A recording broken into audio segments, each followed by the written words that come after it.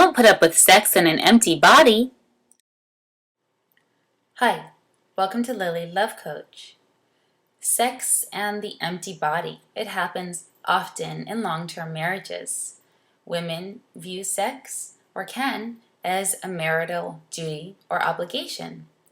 And when the guy, the husband is with, or whatever, a long-term partner is with this woman and her body is just being donated and she's totally checked out, it is not as fun of an experience for him. In fact, it can even create erectile issues for you. If you know that she's not into it and she's just there, you might come super fast because, well, her body's basically telling you to do that. She's not enjoying herself. You want to get in and get out. Or you may have difficulty climaxing, and that's because you're bored. You're in your head, you're trying to create some interesting scenes up there, and you're basically alone. So you're not that turned on because you're not with a partner who's turning you on. Not that it's exclusively her responsibility, it's yours as well to turn yourself on. But you get the drift. Don't think that you have erectile issues. Don't go reaching for Viagra. I mean, if there's a relational piece here and her body is just an empty sack, duh, your body is responding to it. So what do you do about this? Because for her to just fulfill her marital obligation, it's really not acceptable. I mean, when you guys got married or devoted yourselves to a long-term relationship, it's about showing up and showing up fully. And I'm not saying to force her to have sex when she doesn't want to, but what do you do about this? Because we can't force anyone to do anything they don't want to, really, for that matter. By having sex with her, it's almost like you're enabling her behavior. You're letting her get away with it. And whether it's that you think some sex is better than no sex, or this is all you're going to get, so you'll just make the best of it and deal with it, I don't know what the underpinnings of your mind sound like. But I want you to identify what it is that you believe and why you're settling for that. My solution is she thinks she's doing her chores adequately because you are taking her up on it. What do you think would happen if she offered her body just like she always does and you're like, nah, no babe, sorry, I'm not feeling it.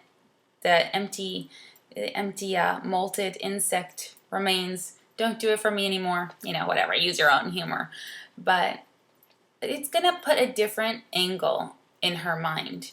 And she might have some anxiety come up, or she might, make you think that she doesn't care. But it's changing the pattern. And whenever a pattern changes, people have awareness about it. So there's going to be some opportunity for her own thoughts to get interjected there. For example, well, he's not wanting to have sex with me anymore. Where is he going for it? Or, well, but he doesn't want sex with me anymore? Wait, does that mean he's not into me? He doesn't love me? I mean, this could be after 20 years of marriage. You change the pattern and it elicits questions.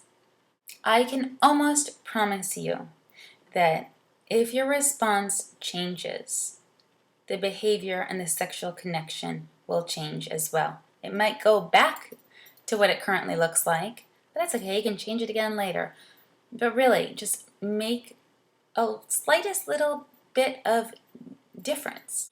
She knows how important sex is to you. You've told her over the years. So for you here to be saying, that's all right, I'll pass, when you really want it, I mean, that's a red flag. She's going to know something's up and something's wrong. And it's going to create much more of an opportunity for her to deal with the issue. She's going to have to show up or not. And if over time, and this is just one of the many techniques you can try to get her to be more sexually responsive, but if you've tried everything, which I doubt you have, you'd have to come and see me first, but if you've tried everything and she's still not sexually responsive, then you have a decision to make. And that decision is, can you live a sexless, pretty much, life for the rest of your life? That is the question. I get that marriages aren't all just about sex, but basically to cut off your erotic energy Can you live with that? And how does it affect your life? How does it carry over into other facets of your life? Think about it. If you are desperate and you'll take whatever scraps or leftovers are thrown your way, why would she go to a full-on effort to cook a gourmet meal for you if she thinks she isn't hungry and sees you're satisfied with the scraps? In the long run, you don't want her just having sex with you because she's scared you're going somewhere else. But by saying no to scraps, you are making a statement.